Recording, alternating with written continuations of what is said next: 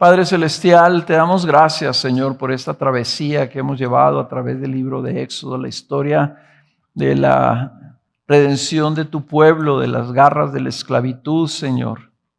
Y cómo tú en tu fidelidad, Señor, fuiste fiel en recordar tus promesas a Abraham, Señor, y libertar a tu pueblo de la esclavitud con mano poderosa, Señor, sobre el imperio más poderoso de la tierra, para llevar millones de personas por el desierto, Señor, caminando hasta el lugar donde tú habías designado para que ahí te adoraran y ahí, Señor, vivieran.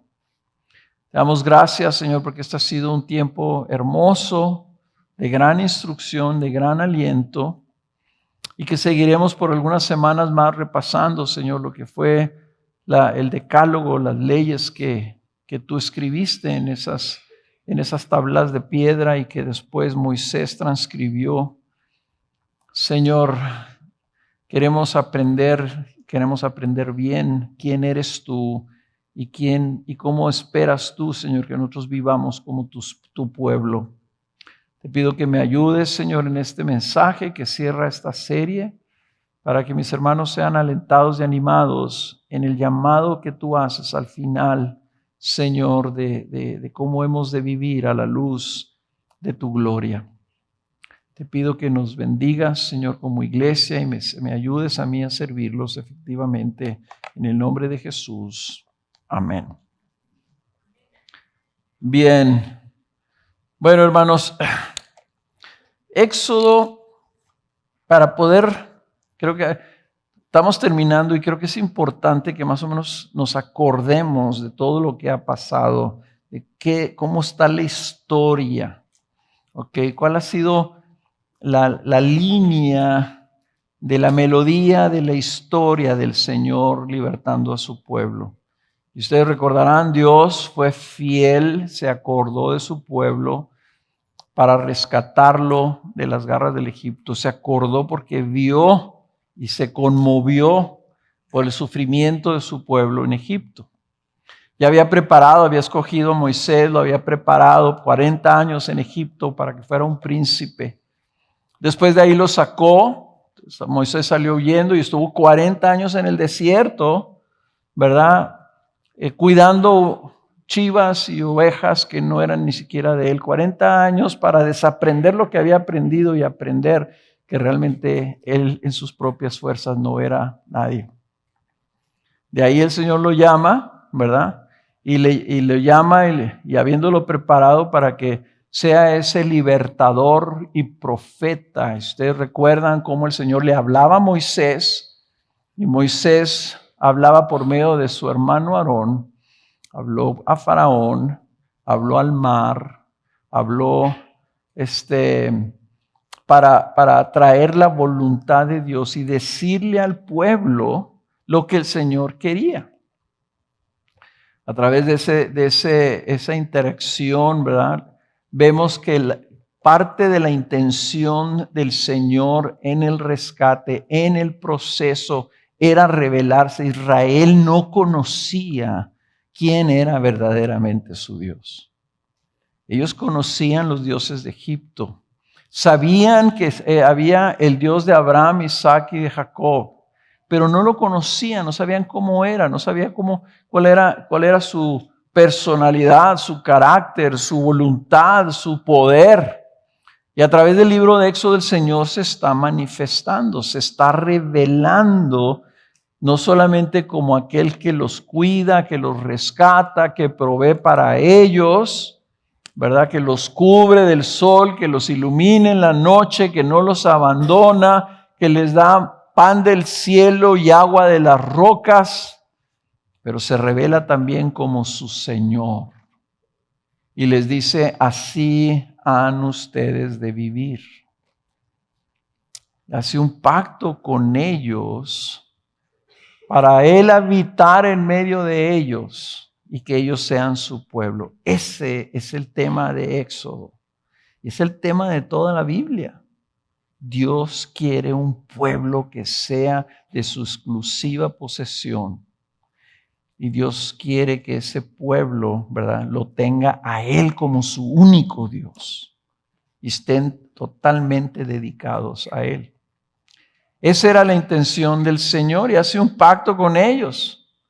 Y ellos dicen, todo lo que tú digas, nosotros vamos a hacer. Y sube Moisés al monte y dice el Señor, ok, el pueblo dice que va a hacer todo, dame la ley, dame las reglas, dime qué quieres que hagamos.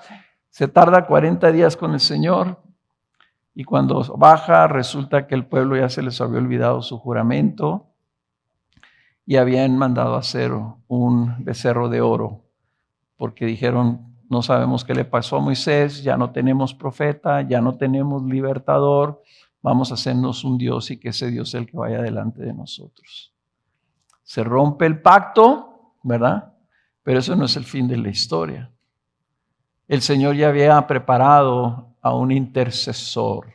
Moisés no solamente era el profeta, no solamente fue el libertador, el líder, sino que Moisés ahora se vuelve el intercesor del pueblo. Un tipo del mayor y mejor intercesor que tenemos nosotros en el cielo, delante del trono de Dios, intercediendo por nosotros para siempre.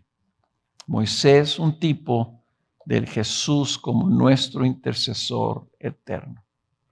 A través del Señor resistiendo, diciendo, no voy a ir con ustedes, no este pueblo, ¿verdad? A lo mejor los destruyo, mejor levanto otro pueblo.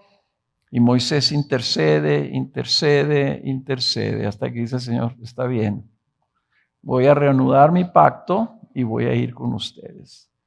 Y vuelve a subir Moisés 40 días, 40 noches, vuelve el Señor a darle las instrucciones y el pueblo espera ahora pacientemente. Se da cuenta que falló, se da cuenta que renunció y se rebeló contra el Dios verdadero.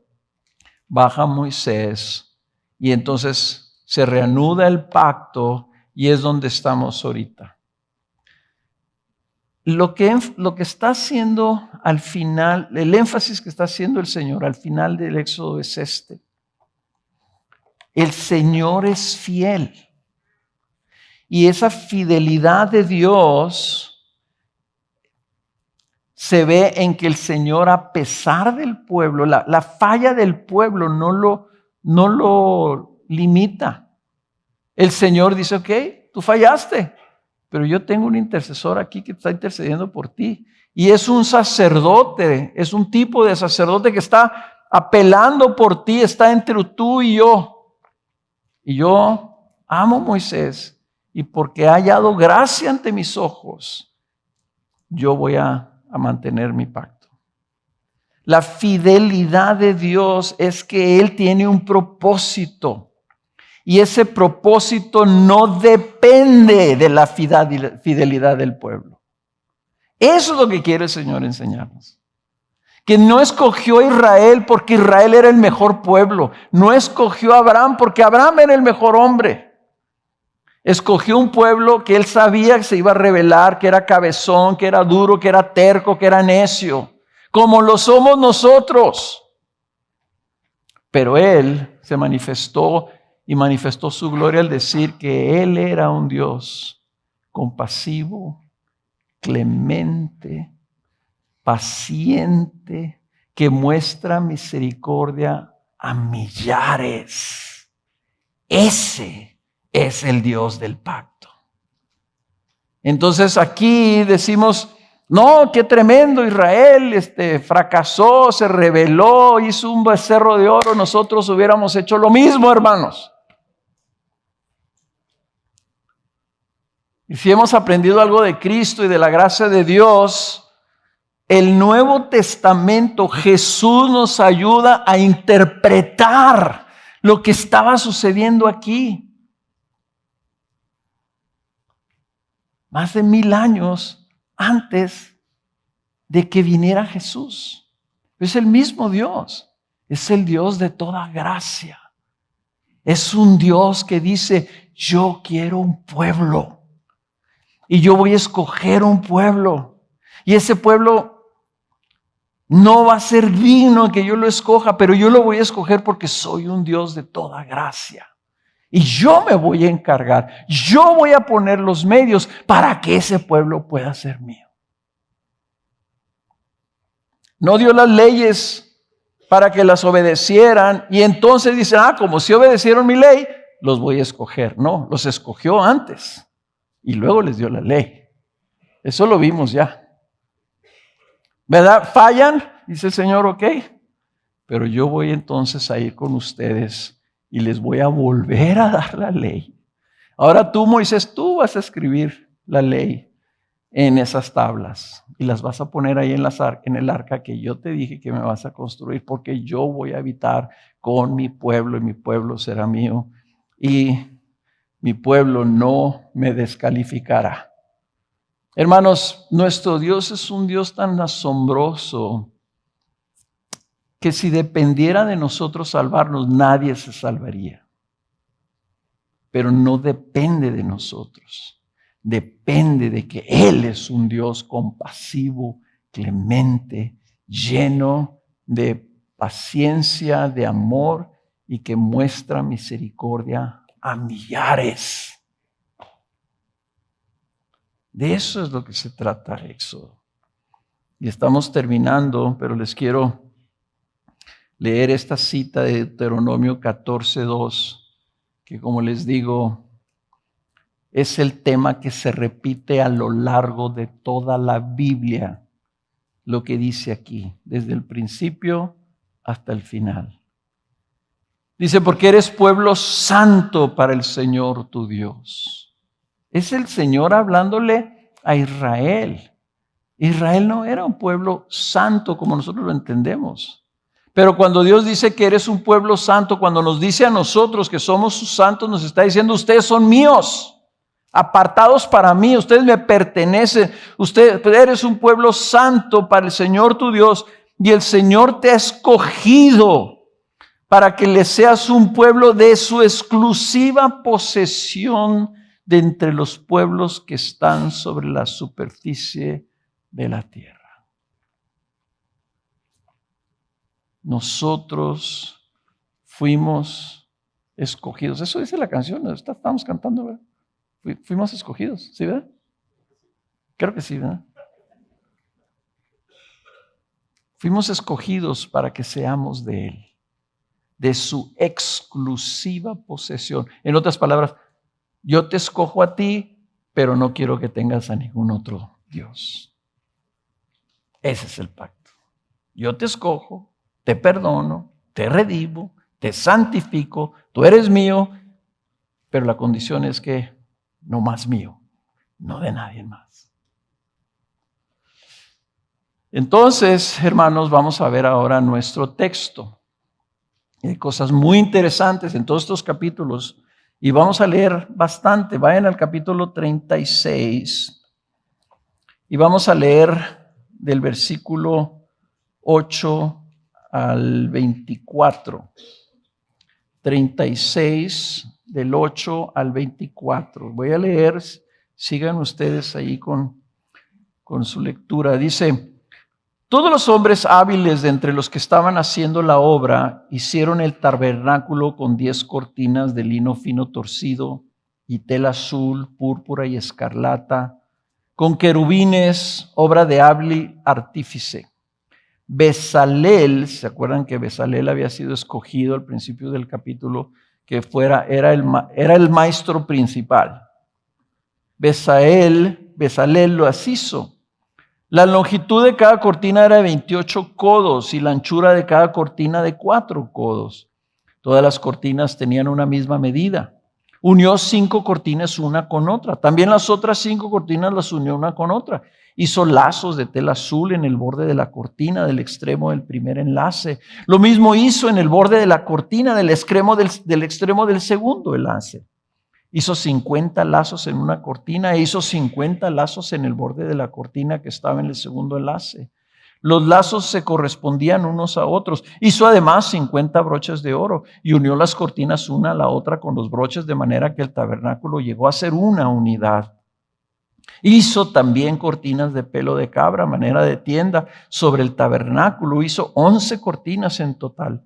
La longitud de cada cortina era de 30 codos y la anchura de cada cortina de 4 codos. Las 11 cortinas tenían una misma medida. Unió 5 cortinas entre sí, las otras 6 cortinas también entre sí. Hizo 50 lazos en el borde de la cortina del extremo del primer enlace y 50 lazos en el borde de la cortina del extremo del segundo enlace. Hizo además 50 broches de bronce para unir la tienda, a fin de que fuera un todo. Hizo también para la tienda una cubierta de pieles de carnero teñidas de rojo y encima otra cubierta de pieles de marsopa. Hizo luego para el tabernáculo tablas de madera de acacia, colocándolas verticalmente. La longitud de cada tabla era de 10 codos y de 1,5 codos la anchura de cada tabla. Cada tabla tenía 2 espigas para unirlas unas con otras. Así se hizo con todas las tablas del tabernáculo. Hizo pues las tablas para el tabernáculo, 20 tablas para el lado sur. También hizo 40 basas de plata debajo de las 20 tablas, 2 basas debajo de una tabla para sus 2 espigas y 2 basas debajo de la otra tabla para sus 2 espigas.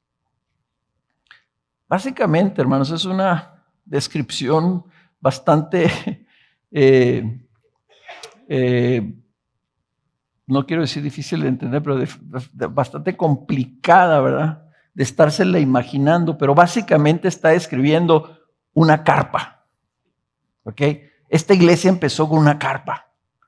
Está describiendo una carpa. Yo sé lo que está hablando. Había palos, ¿verdad? Había maderas y unas cortinas, y arriba esas cortinas iban de lado a lado, de un lado hasta el otro lado, y luego cubiertas de telas de animales para que podía llover, podía granizar, podía nevar, etc. Y la carpa se sostenía, la carpa se mantenía, y todo de colores azules, etc. Las cortinas estaban amarradas, se podían desamarrar, se enrollaban, se doblaban, se subían en carretas y se movían cuando tenía que ser movido el tabernáculo. Era una tienda, ¿okay? Como una tienda de campaña gigante, no tan grande. Ahí vienen las dimensiones, ¿verdad? No era tan grande. Y ahí adentro estaba el santuario. Cuando tú lees esto, si tú sigues leyendo del 36 que empezamos a leer ahorita hasta el final del 38, vas a ver la palabra hizo 62 veces. Y tú dices, bueno, el autor de Éxodo, si fue Moisés, ¿verdad? ¿Para qué tenía que estar diciendo hizo esto, hizo esto, hizo esto? Hubiera podido haber dicho en un solo párrafo, dice, hizo todo lo que el Señor le hizo. Pero él, cada cosa que el Señor le mandó, hazlo así, hazlo así, hazlo así, dice el autor, y Bezalel hizo esto, hizo esto, hizo esto, hizo. Como si estuviera haciendo un listado. Aquí está toda la lista de las cosas que vimos anteriormente que el Señor le dijo a Moisés, así hazme el tabernáculo, tengo la lista. A ver, ¿qué hizo Bezalel? Hizo esto, sí lo hizo, sí lo hizo, sí lo hizo, sí lo hizo. Y es hermoso, yo en mi Biblia, yo tengo la palabra hizo señalada y me encanta porque está así, hizo, por 4 capítulos. ¿Por qué ese énfasis?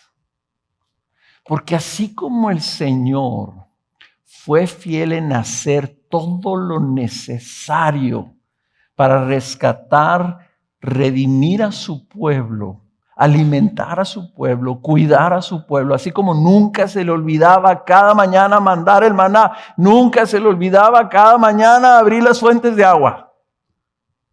Así ahora el pueblo está haciendo cada cosa, cada detalle, cada base de bronce donde iban a poner la tabla para que se pudiera armar la tienda. El Señor está diciendo, mi pueblo, el trabajo de Bezalel está haciendo todo conforme al diseño de Dios. Y lo hizo. No solamente era necesario, como vimos la semana pasada, que el pueblo trajera El pueblo trajo, el pueblo dio, el pueblo se capacitó, sino también que los que estaban llamados de manera especial para dirigir fueran fieles, porque aquí el énfasis es que Bezalel fue fiel. Ambos son necesarios. Los dos grupos tienen que ser fieles. Ustedes tienen que ser fieles. Y los líderes que el Señor ha puesto delante de ustedes tienen que ser fieles. Nosotros tenemos que hacer todo lo que el Señor nos diga que hagamos. Y ustedes tienen que hacer todo lo que el Señor les dice que hagan. Y la única diferencia es que el Señor le dice a unos lo que Él quiere que se haga y esos lo comunican para que el pueblo lo haga. Por eso es que en Gracia Soberana, hermanos, nosotros consideramos con gran seriedad, con gran importancia, quiénes son los líderes que están sobre ustedes. Por eso es que hay una pluralidad de liderazgo. Por eso es que hay un proceso bastante minucioso y delicado para imponerle las manos a hombres para que sean sus pastores. En algunos lugares no es así. Alguien dice, yo quiero ser pastor, y dice, pues tú quieres, órale. Pero no es por el que quiere, sino es aquel que el Señor ha llamado para que haga esa obra. Y esto es tan importante porque luego el Señor les dice al pueblo que obedezcan a esas personas. Yo me imagino Bezalel ahí dirigiendo y había hermanas que estaban tejiendo las cortinas, hombres que estaban colando las bases de bronce, hombres que estaban cepillando la madera, personas que estaban pintando las pieles.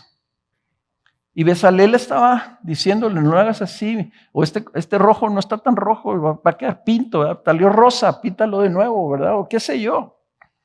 Todo el proceso era un proceso donde Moisés había dado unas instrucciones y luego había estos artesanos, estos artistas, ¿verdad? Que estaban llevando a cabo todo esto, y luego las manos de la gente que lo estaba cosiendo y lo estaba construyendo.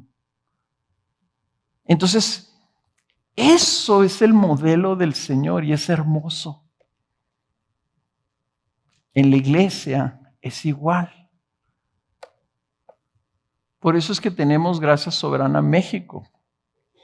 Por eso es que hay un equipo de liderazgo nacional en donde nosotros estamos trabajando principalmente con los pastores de otras iglesias.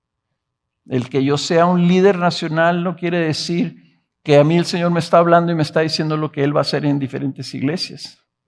Pero mi función es cómo ayudo, cómo cuido, cómo apoyamos a los pastores para que ellos puedan hacer su trabajo bien y para que sus congregaciones los sigan. ¿Ok? Ese es nuestro trabajo aquí y ese es el trabajo que estamos haciendo a nivel nacional. Ahora, antes de seguir adelante, como les digo, si ustedes leen desde el 36 hasta el capítulo 38, van a encontrar esto. Hizo. Pero vean ustedes en el 38, den la vuelta hasta el 38, 24, porque esto es una cosa que vale la pena resaltar. Dice 38, 24 al 26. El total del oro empleado para la obra en toda la obra del santuario, es decir, el oro de la ofrenda mecida fue de 1 tonelada, según la evaluación del santuario. La plata de los que fueron contados de la congregación fue 100 talentos, o sea, 3.4 toneladas y 1,775 siglos, o sea, 20 kilos aparte de las 3.4 toneladas. O sea, eran 3.420 kilos, 3,420 kilos de plata, según el ciclo del santuario. Una beca un beca por cabeza, o sea, medio ciclo, 5.7 gramos de plata según el ciclo del santuario, por cada uno de los que fueron contados de 20 años para arriba, por cada uno de los 603,550 hombres. 1 tonelada de oro, 3.4 toneladas de plata y 2.4 toneladas de bronce. Para un santuario que cabía, yo creo que 5 veces adentro de este edificio, pero cargado de oro, de plata, de bronce y de pieles preciosas. Ese era el santuario del Señor, que ya habíamos visto, ¿verdad? Que porque el Señor escoge esos detalles, ¿verdad? Porque Él quería que su santuario fuera un lugar hermoso correspondiente a su santidad. Pero yo lo que quiero señalarles es esto: 600,000 hombres. Y divididas las toneladas entre 600,000, quiere decir que la gente se quitó unos aretes. Aquí está mi oro, porque era todo el oro que tenía. Y se los digo, hermanos, para que ustedes se animen. Porque cuando tenemos necesidades económicas, cuando decimos, hermanos, necesitamos juntar este dinero, necesitamos construir esto, tenemos que hacer esto, tenemos que apoyar a un país o una plantación de una iglesia, etcétera, casi siempre pensamos, ¿y de dónde va a salir todo ese dinero? ¿Y quién lo va a poner? A ver, que levanten la mano los empresarios. Creo que aquí en la iglesia, en una mano caben los empresarios que hay aquí. Pero no tendría yo capacidad para contar, por ejemplo, las madres solteras, las personas mayores, los pensionados, los obreros, ¿verdad? La verdad de las cosas, que 5 toneladas de materiales divididos entre 600,000 gentes son gramos. Y cuando alguien me pregunta cómo se hizo este edificio, ¿quién donó los millones? Digo, no, fue en gente que fielmente, cada quincena, daban 100 pesos. Pero cuando todos, como decía Abelardo, todos damos de lo que podemos, se juntan las toneladas de oro, las toneladas de plata y se construye el santuario. Y como dijo Abelardo, llegó un momento donde dijeron, ya párenle, ya no necesitamos más, ya se suplió todo. ¿Ok? Porque la gente quería seguir dando. Capítulo 39, versículo 1 al 15. Dice, las vestiduras finamente tejidas para ministrar en el lugar santo se hicieron de tela azul, púrpura y escarlata, y también se hicieron las vestiduras sagradas para Aarón, tal como el Señor había mandado a Moisés. Bezalel hizo el efod de oro, de tela azul, púrpura y escarlata, y de lino fino torcido, y batieron a martillo láminas de oro y las cortaron en hilos para entretejerlas con la tela azul. Fíjense cómo ahora hay hilo de oro, ¿verdad? Pero acá, hace 3,000 años, hicieron láminas de oro. Y yo no sé con qué instrumentos los cortaron y sacaron hilos. Y esos hilos los entretejieron con hilo de tela para que la vestidura del sacerdote tuviera oro. Cuando fuimos a Israel, Ken y yo, fuimos y visitamos lugares que tenían 3,000 años. Y el guía, que era uno de los mejores guías de Israel, nos dijo, lo primero que necesitan quitarse ustedes de la cabeza, dice, es que esta gente era primitiva. Estas gentes eran increíbles en lo que hicieron. Qué hermoso detalle, ¿verdad? Dice, obra de hábil artífice. Claro, eran artesanos. Hicieron para el efod hombreras que se fijaban al mismo y lo fijaron sobre sus dos extremos. El cinto hábilmente tejido que estaba sobre el efod era del mismo material, de la misma hechura, de oro, de tela de azul, púrpura y escarlata y de lino fino torcido, tal como el Señor había mandado a Moisés. También labraron las piedras de ónice, montadas en engastes de filigrana de oro. Fueron grabadas con las grabaduras de un sello con los nombres de los hijos de Israel. Bezalel las puso sobre las sombreras del efod como piedras memoriales para los hijos de Israel, tal como el Señor había mandado a Moisés. También hizo el pectoral, obra de hábil artífice, como la obra de efod, de oro, de tela azul, púrpura y escarlata y de lino fino torcido. Era cuadrado y doble. Hicieron el pectoral de 1 palmo de largo y 1 palmo de ancho al ser doblado. En él se montaron 4 hileras de piedras. La primera hilera era una hilera de rubí, una de topacio, una de esmeralda, una segunda hilera de turquesa, un zafiro y un diamante. La tercera hilera un jacinto, un ágata y una amatista. Y la cuarta hilera un berilio, un ónice y un jaspe. Estaban montadas en engaste de filigrana de oro. Las piedras correspondían a los nombres de los hijos de Israel. Eran 12 conforme a sus nombres, grabadas como las grabaduras de un sello, cada una con su nombre, conforme a las 12 tribus. Para el pectoral se hicieron cadenillas de oro puro en forma de cordones trenzados. Las vestiduras del sumo sacerdote eran una cosa impresionante, hermano. Hermosas, la obra de artífices, ¿verdad? Y lo que sucede al final del capítulo 39 es que vienen y le presentan a Moisés toda la obra del tabernáculo, todas las vestiduras, todo el mobiliario, todas las velas, el candelabro, el arca, el altar, las vasijas, etcétera, etcétera. Todo se lo presentan así. Le dicen, Moisés, ya está, ven y revisa. Y adelántense ahí hasta el versículo 39. Digo, hasta el versículo 42 del 39. Fíjense cómo dice. Dice, los israelitas hicieron toda la obra conforme a todo lo que el Señor había ordenado a Moisés. Y Moisés examinó toda la obra y vio que la habían llevado a cabo, tal como el Señor había ordenado, así la habían hecho, y Moisés los bendijo. El Señor ordenó, Moisés lo comunicó y el pueblo lo hizo. El Señor hizo todo. El Señor mandó todo lo que debían hacer, pero lo hizo por medio de Moisés.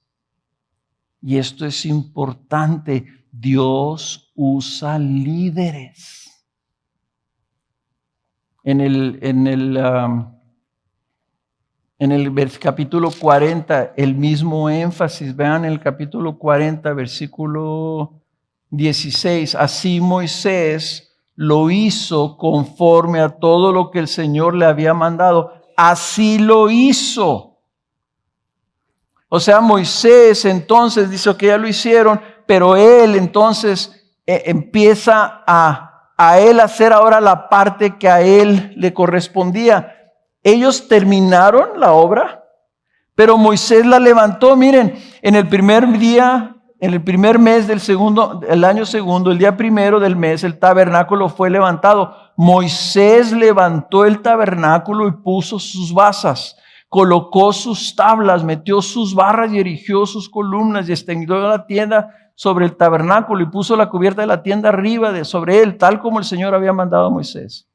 Tomó el testimonio y lo puso en el arca, colocó las varas. 21, metió el arca en el tabernáculo. 22, puso también la mesa de la tendión. En otras palabras, el Señor le encarga a Moisés, el pueblo lo hace, pero el responsable delante del Señor era Moisés. Y esto es una expresión del funcionamiento de la iglesia, hermanos, de que el Señor encarga cosas, el Señor trae una dirección, el pueblo obedece, pero los responsables delante de Dios son aquellos a los que el Señor se los encargó. Yo lo que les digo a los hermanos, a los muchachos del equipo pastoral, les digo, hermanos, nuestra función, más que querer nosotros dirigir o decir o enseñar, etcétera, nuestra función es tener hombros lo suficientemente anchos que podamos cargar la responsabilidad de lo que el Señor nos encarga para su pueblo. Por eso es que Hebreos 13, Éxodo me ayuda a mí a entender Hebreos 13. Miren cómo dice Hebreos 13, 17. Obedezcan a sus pastores y sujétense a ellos, porque ellos velan por sus almas como quienes han de dar cuenta. Permítanles que lo hagan con alegría y no quejándose, porque eso no sería provechoso para ustedes. Creo que yo siempre he malentendido este pasaje. Y lo he entendido como que los pastores hemos de dar cuenta de cada uno de ustedes. Yo leo Éxodo y veo a Moisés poniendo las cosas, ¿verdad?, que el Señor le había ordenado. Y sabiendo que Moisés está respondiendo a lo que Dios le ordenó, entonces yo entiendo ahora a Hebreos a decir, yo tengo que dar cuenta de lo que el Señor me ordenó. No es que yo doy cuenta de sus almas, yo doy cuenta de que yo haya hecho lo que Él me ha dicho que haga. Porque la Escritura enseña, cada quien es responsable de seguir y de obedecer al Señor. El pastor no es el responsable de que ustedes obedezcan. El pastor es responsable delante del Señor de hacer lo que el Señor a él le mande que tiene que hacer.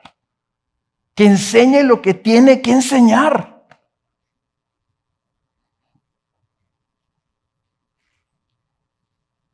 Y entonces se necesitan hombros anchos para cargar eso. Y está clarito aquí, ¿verdad?, que Moisés sentía y sabía que tenía esa responsabilidad porque Bezalel no construyó el arca. No construyó el tabernáculo. Lo hicieron todos, lo plantearon ahí, llamaron a Moisés, Moisés llegó, lo inspeccionó y dijo, esto es exactamente lo que me dijo el Señor que tenían que hacer, ahora lo vamos a construir. Y Moisés lo construyó. Ahora, esto nos marca, ¿verdad?, y nos señala a Moisés. Fíjense cómo es la Biblia tan hermosa. Moisés fue fiel en hacer todo lo que Dios le encargó. ¿Y de quién es tipo Moisés? De Jesús. Escuchen lo que dijo Jesús. A ver si les suena. Jesús dijo en Juan 17, cuando estaba orando al Padre, le dice, y esta es la vida eterna, le está hablando a su Padre, dice, que te conozcan a ti, el único Dios verdadero, y a Jesucristo a quien has enviado. Ahí está Dios y ahí está Jesús. Yo te glorifiqué en la tierra, habiendo terminado la obra que me diste que hiciera. Otra vez.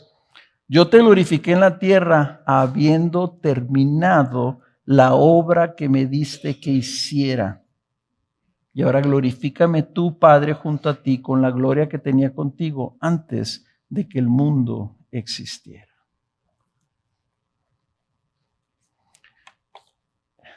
Todo está así como conectado. Moisés tenía que obedecer al Señor y Jesús tenía que obedecer a su Padre.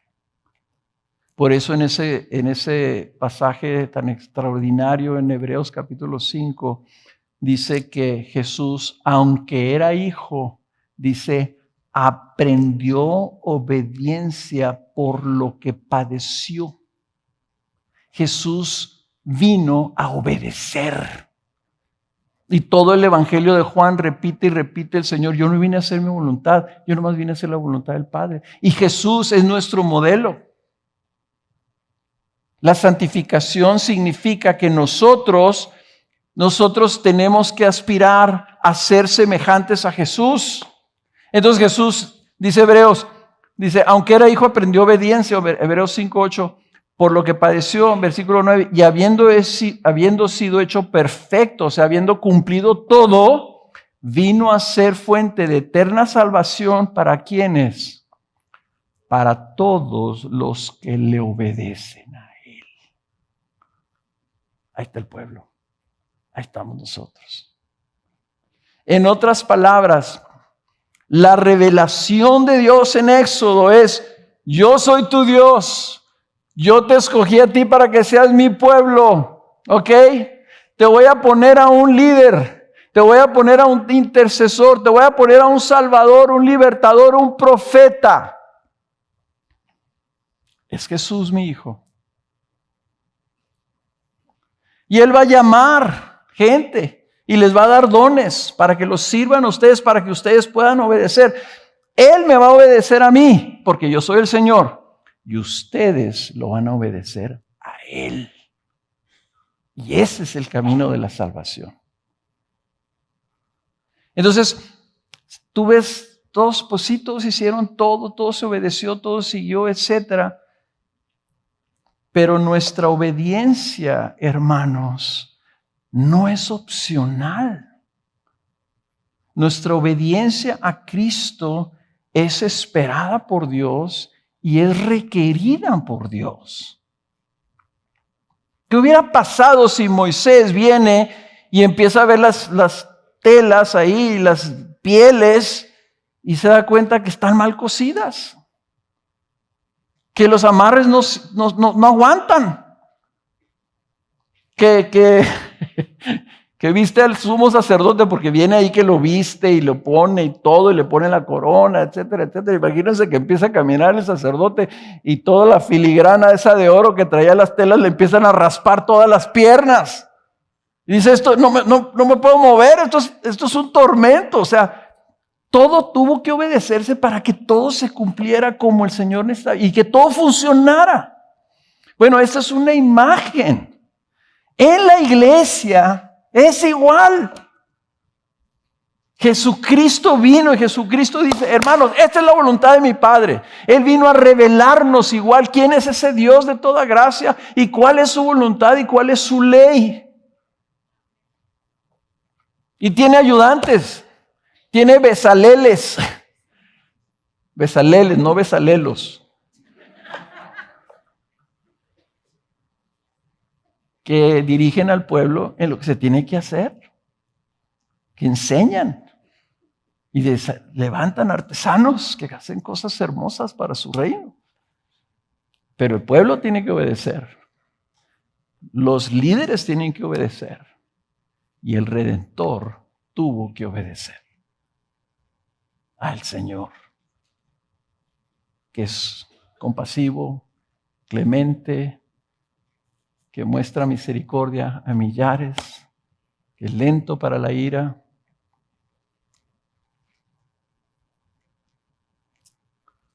Por eso Jesús, en este pasaje, en Lucas 6:46, de la primera vez que lo leí hace décadas, me impactó porque me llamó la atención el Señor aquí. Dice, ¿por qué ustedes me llaman Señor, Señor, y no hacen lo que yo digo? No existe, hermanos, no es posible que haya un Dios y haya un Señor sobre nuestras vidas y que nosotros no lo obedezcamos. Es una contradicción. Jesús está diciendo esto.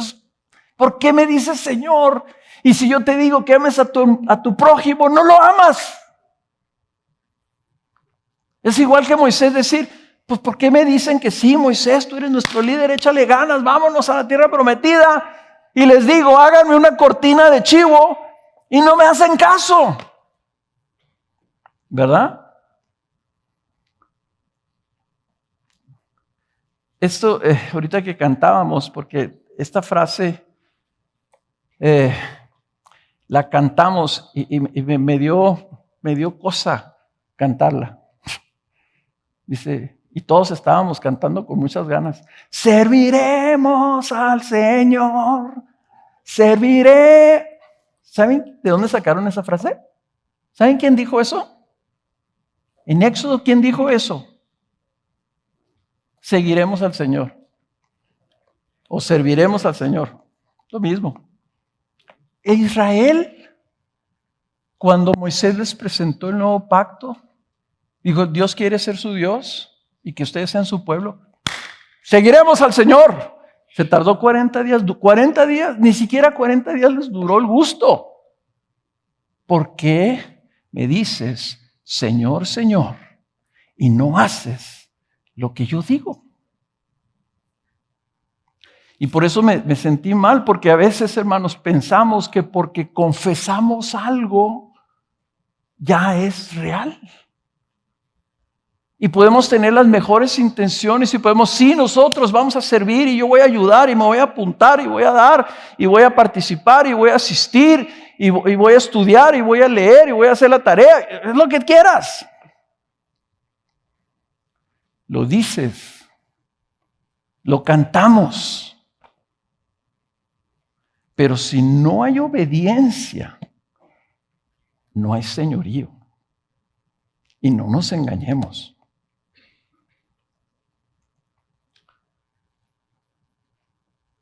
Y ahorita vamos a cantar otra vez la canción esa, a ver si la podemos cantar otra vez fuerte. Porque yo sospecho que muchos de nosotros vamos a tragar saliva antes de decirlo. ¿Por qué me dices, Señor, Señor, y no haces lo que dices? Sabemos que no voy a poder acabar este mensaje. Ay. ¿Cuál es la conclusión del capítulo? Éxodo 40, 34.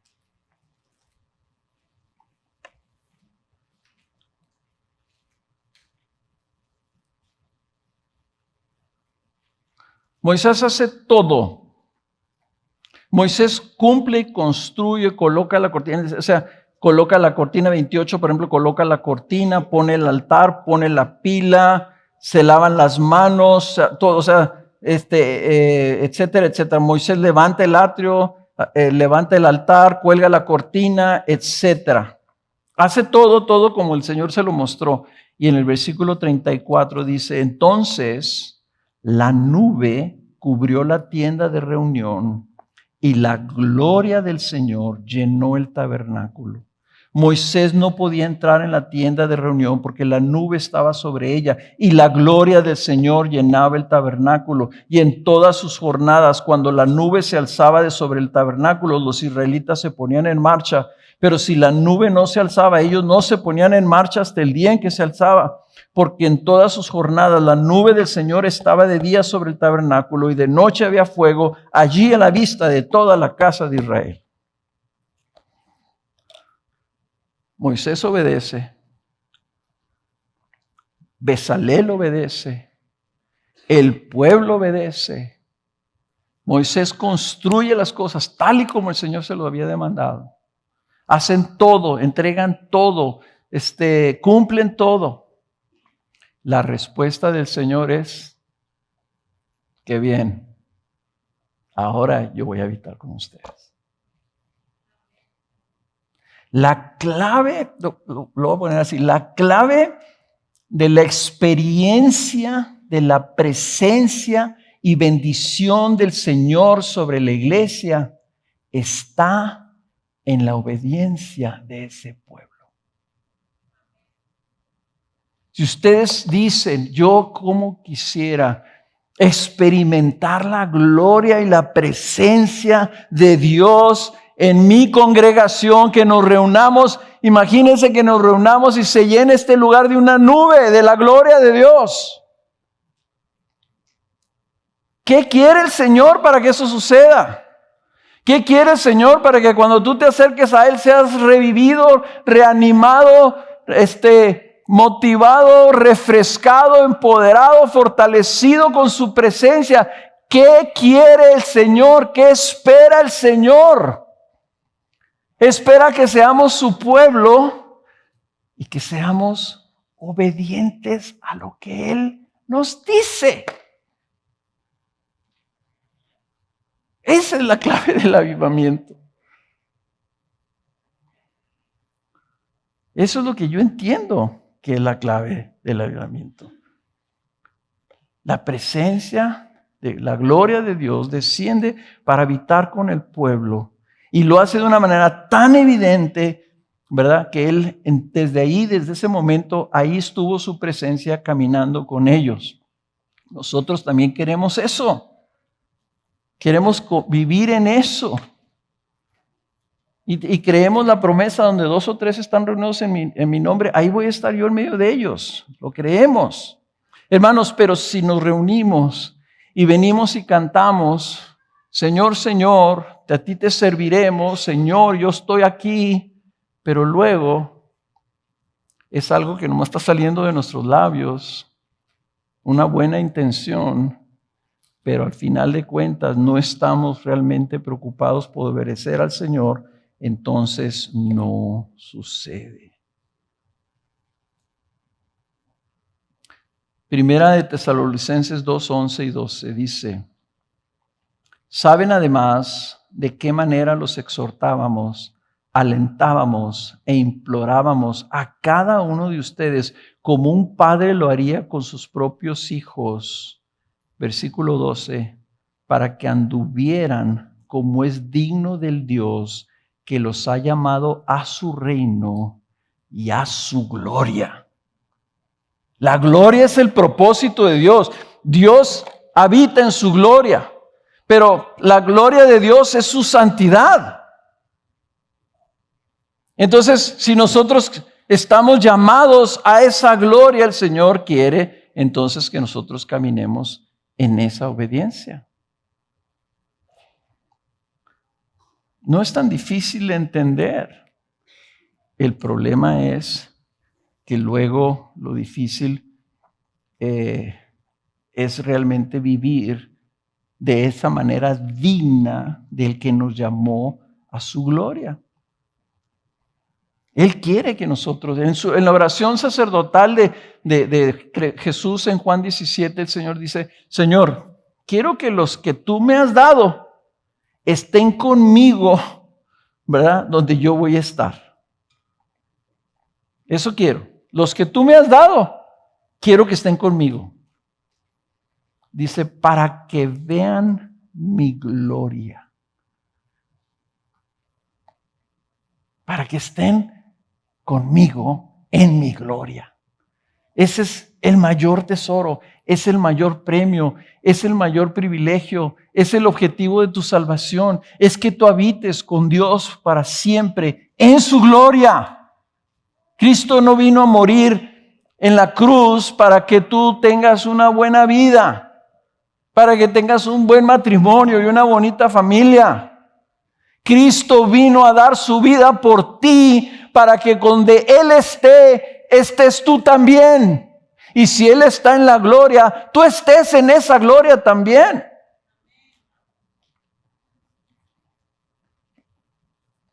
Entonces, les voy a leer este pasaje que cuando lo leí hace varios años y lo medité, me sorprendió, me cambió toda mi perspectiva.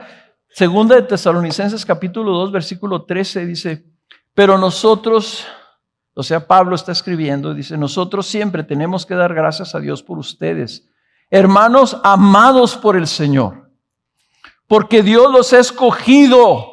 Ahí está. la elección. Él te escoge a ti, no por tus méritos, te escoge porque te ama. Dice, te ha escogido desde el principio para salvación, mediante la santificación por el Espíritu y la fe en la verdad. Te escogió y te está preparando por medio de su santificación, te está preparando para algo. En la fe de lo que tú tienes, que es la verdad del Evangelio, dice, fue para esto que los llamó, versículo 14, mediante nuestro Evangelio, para que alcancen la gloria de nuestro Señor Jesucristo. Fíjate, fue para eso que te salvó, fue para eso que te escogió, es para eso que te está santificando. Por eso se los he dicho antes, ¿verdad? Y es algo que estoy tratando de defender en este libro que espero que pueda salir publicado y que le haga sentido a alguien, ¿verdad? La santificación conforme a este pasaje es simplemente nuestra preparación para la gloria. Para que, como dice el apóstol Pedro, cuando venga el Señor por nosotros, entremos a la gloria por la puerta ancha. ¡Qué hermoso! Éxodo termina con la gloria y termina cumpliendo el propósito del Señor. Yo voy a habitar con ustedes y ustedes van a habitar conmigo más bien. Y ese es el propósito eterno de Dios. Ese es su propósito para nosotros.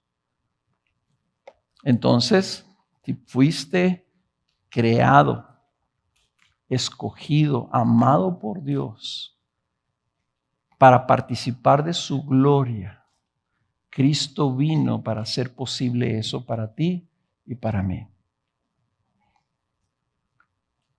¿Cómo respondes? ¡Ah, qué padre! ¡Ah, voy a ir a la gloria! Espérate tantito.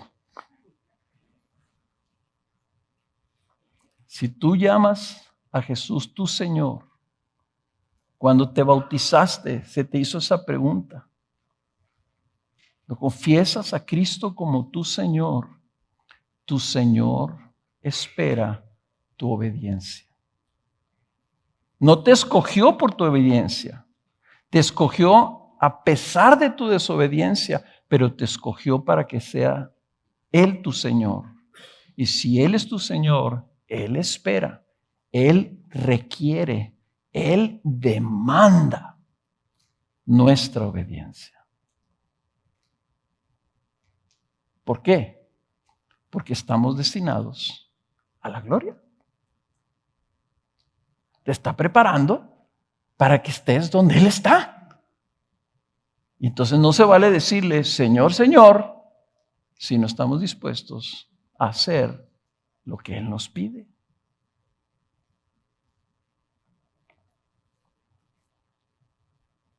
Tu visión, hermanos y hermanas, tiene que levantarse de este mundo allá. Y mis hermanos que ya están como de mi edad o mayorcitos, ya no tenemos nada que estar buscando aquí. Porque ya lo probamos y ya vimos que suena hueco. Nuestros ojos ya están allá. Allá. Y tal vez tú estás joven, tal vez tú estás recién casado y tienes miles de planes y miles de cosas que quieres, ¿verdad? Como una vez que oí a Miguel decir que dijo que el Señor ya venía pronto y se acercó una muchacha con él y le dijo, pastor, pero es que, pues la verdad es que yo no quiero que venga el Señor. ¿Por qué? ¿Por qué no quieres que venga el Señor? Pues es que yo siempre he soñado con ir a Europa.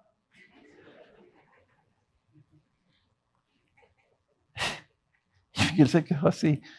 No sé, ya no me acuerdo qué le contestó, ¿verdad? Pero obviamente le contestó con gracia, ¿verdad? Yo no le hubiera contestado con gracia. Yo le hubiera dicho, ¿cómo puedes comparar Europa con la gloria de Dios? Porque hay no infinidad, pero hay muchos pasajes que relacionan la gloria con la venida del Señor.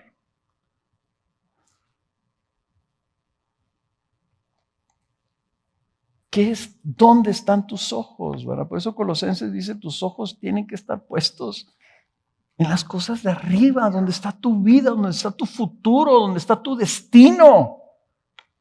Este mundo es pasajero, es temporal. Nada de lo que te ofrece este mundo sirve. Todo se esfuma. Y no estoy negando, ¿verdad? Que qué hermoso. Anoche estuve yo ahí con mis hijos y mis nietos y disfrutando y diciendo, gracias Señor, porque esta bendición es una bendición muy grande aquí. Pero el Señor me llamó, el Señor me escogió, el Señor me está preparando porque quiere que donde Él esté yo con Él. Ese es su propósito. Por eso vino y dio su vida en una cruz para asegurar que eso fuera posible.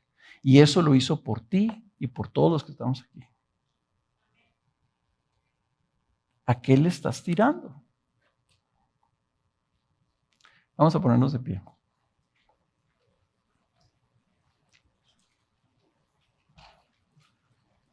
No sé qué canciones, espero que no cambie las canciones que ya tenías preparadas, Arturo. Así como caigan.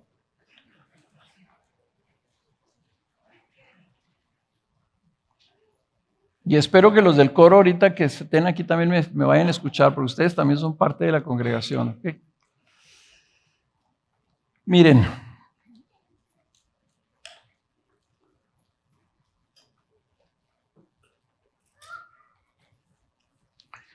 el Señor lo que quiere de nosotros no son palabras, quiere un corazón. ¿Ok? No me digas, Señor, Señor, sí, Señor, nosotros te serviremos, porque Él sabe cuando son puras palabras. Él lo que quiere es un corazón humilde, un corazón sumiso, un corazón que tal vez se sienta débil, un corazón que tiembla, que le tiembla la voz cuando le dice Señor. Un corazón que está consciente, Señor, te digo Señor, y muchas veces te desobedezco. Y lo confieso y lo reconozco. Pero quiero que seas mi Señor y quiero aprender a vivir bajo tu señorío. Y quiero crecer en mi obediencia. Y quiero que trabajes conmigo y me vayas mostrando una cosa y luego otra.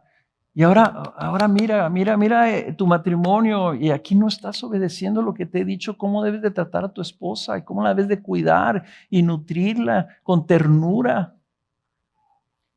Gracias, Señor. Ayúdame y trabaja esto en mi vida. Y luego muéstrame otra cosa, Señor. Y muéstrame otra cosa.